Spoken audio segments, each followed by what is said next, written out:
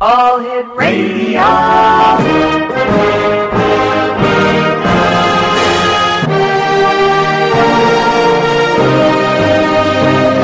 Welcome to the X Zone, a place where fact is fiction and fiction is reality. Now, here's your host, Rob McConnell.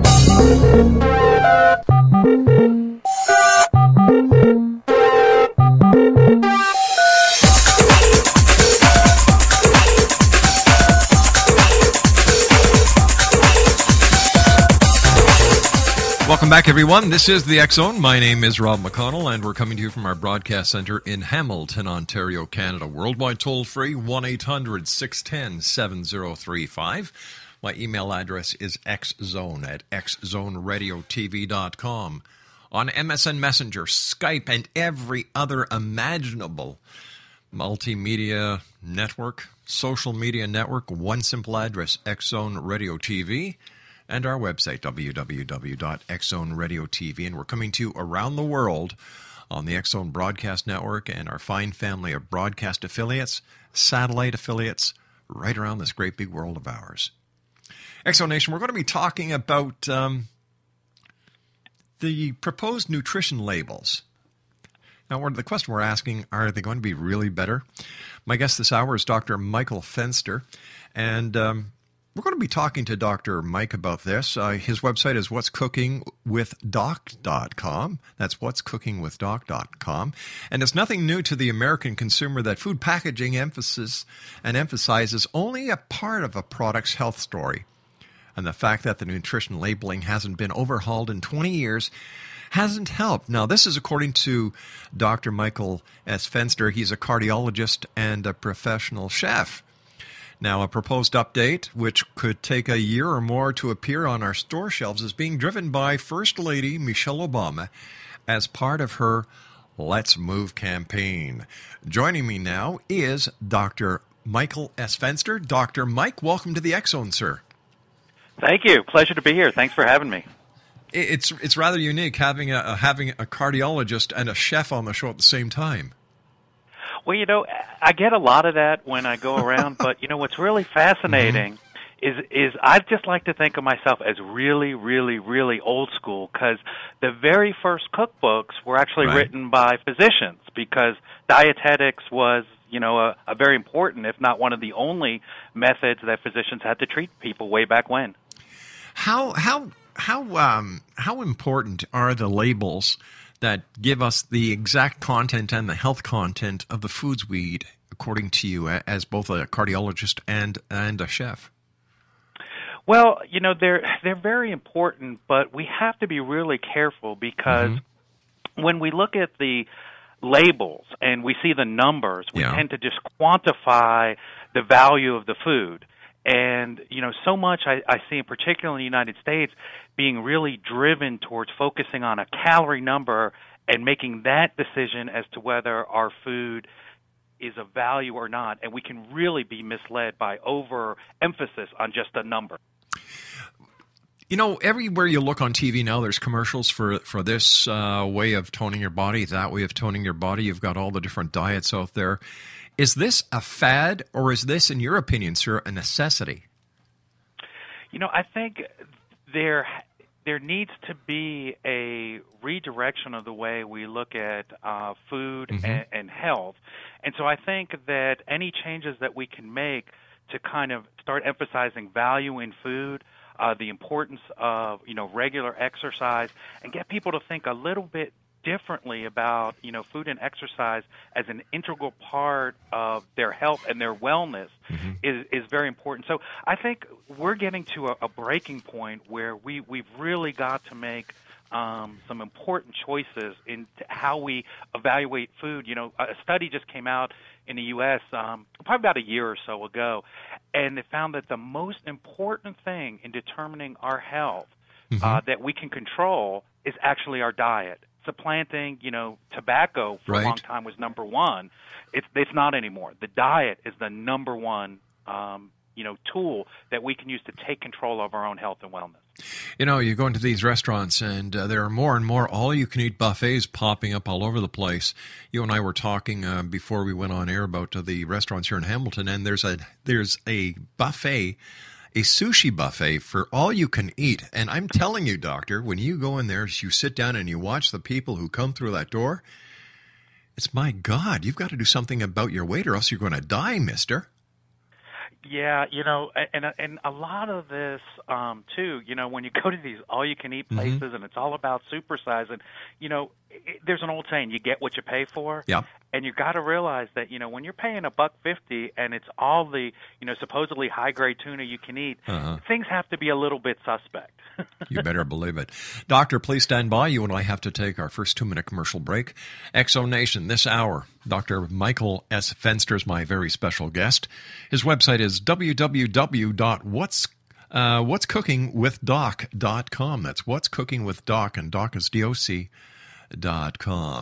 My name is Rob McConnell, and this is the X Zone, a place where people dare to believe and dare to be heard. And we're heard every day right here from our broadcast center around the world on the X Zone Broadcast Network and our growing family of broadcast affiliates and satellite distributors. We'll be back on the other side of this break. No, I'm not even going to take a munchie break this hour, X Zone Nation. I'm going to watch what I eat. More on the other side of this 2-minute break. Don't go away.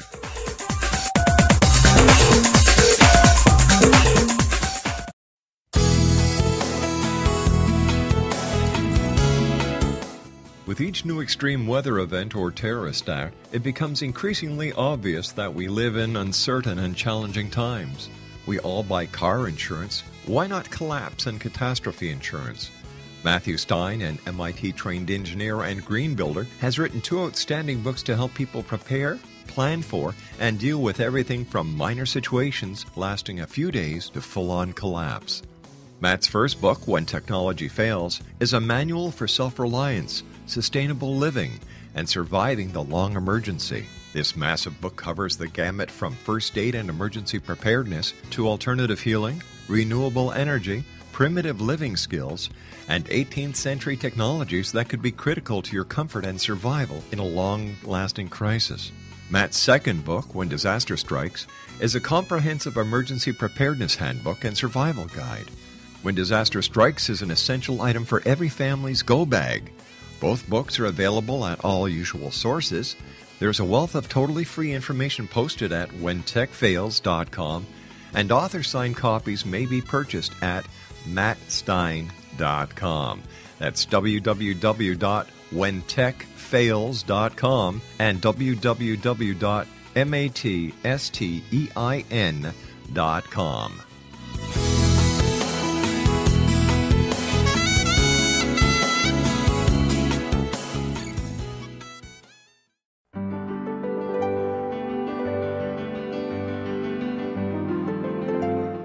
Named one of the world's greatest psychics, Elizabeth Joyce is now giving readings worldwide via Skype.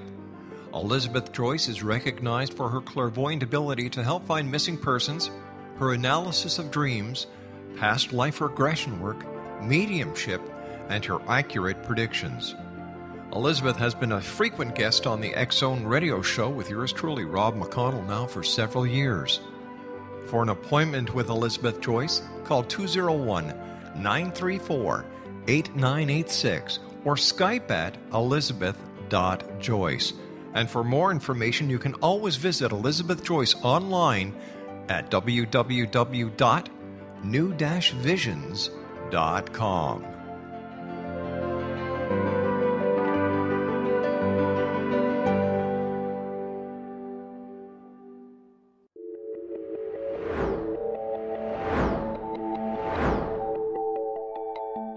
Do you have a dis-ease that you would like to alleviate through a natural means? Have you been contacted by angels, ghosts, or even extraterrestrials and want to validate these experiences? Or would you simply like to speak with someone who can help you find your life's purpose? I'm Dr. Joseph Mara, and I'm offering my services free of charge for first-time clients contacting me during the month of April. These free consultations include angel card readings, guided meditations, life coaching, and energy healing. If you have always wanted to explore these types of experiences but were skeptical or simply could not afford them, Then take advantage of this free special offer. Contact me through my website, aguidinglight, spelled LITE.com, to schedule your consultation today. Until then, I offer you love, light, and laughter.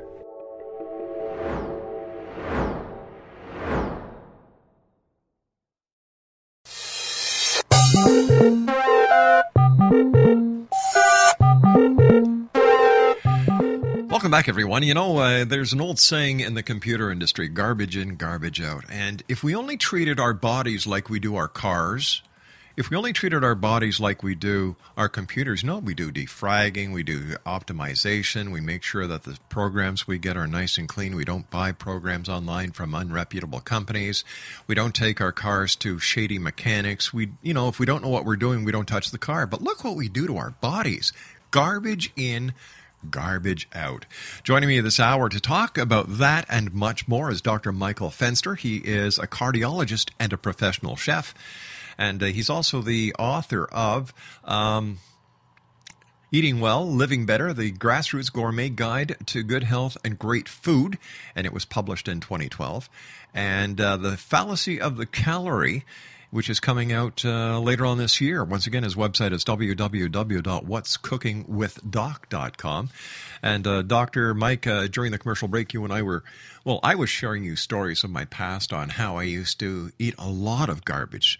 Like it was fast food because, you didn't have time. You had to woof it down, and bad food plus stress equals one hell of a body. And I'm not talking in the right way. I'm talking in the wrong way.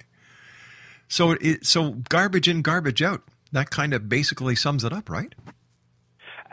Absolutely, and actually, I got to make a disclaimer now because that's actually in the book, exactly that phrase. Really? And so, it was in there, and exactly the same analogy as you made. And what's very, very interesting is if we look, even back towards ancient cultures, the Vikings, Egyptians, the ancient Greeks. And we look at, the archaeology, the anthropology, we do the paleoanalysis. What we find is that as a whole, with the exception of trauma from wars and accidents and childhood diseases and infection, nutritionally these people were very, very healthy. But somewhere around the development of the Industrial Revolution, there were major changes to our food and food pathways. And that's when we started to see the rise of these what I call the diseases of modern civilization: multiple sclerosis, autism, depression, obesity, rheumatoid arthritis, cardiovascular disease, diabetes. And as a root, all these diseases have an ongoing chronic low-level inflammation as their cause.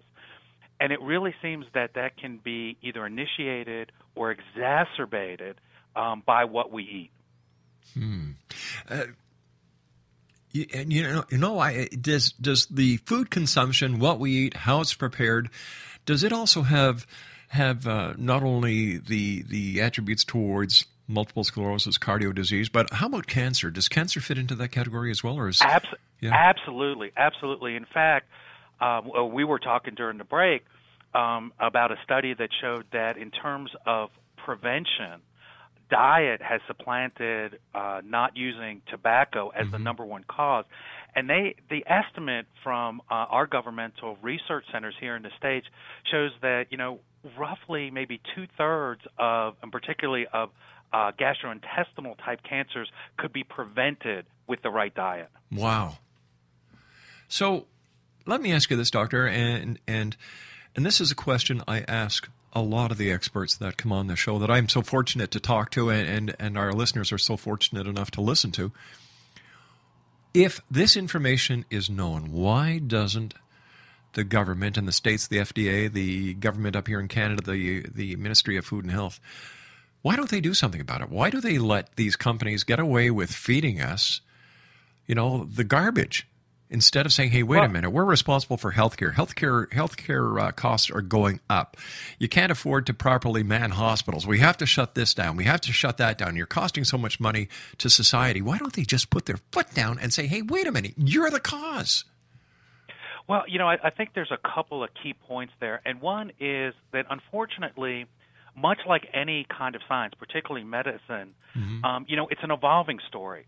So, for example, if we had the government mandate what they thought was healthful back in the 60s, we'd all still be smoking cigarettes because, most doctors prefer Lucky Strike. So they recommend them to soothe your throat. Hey, ladies, you don't have to read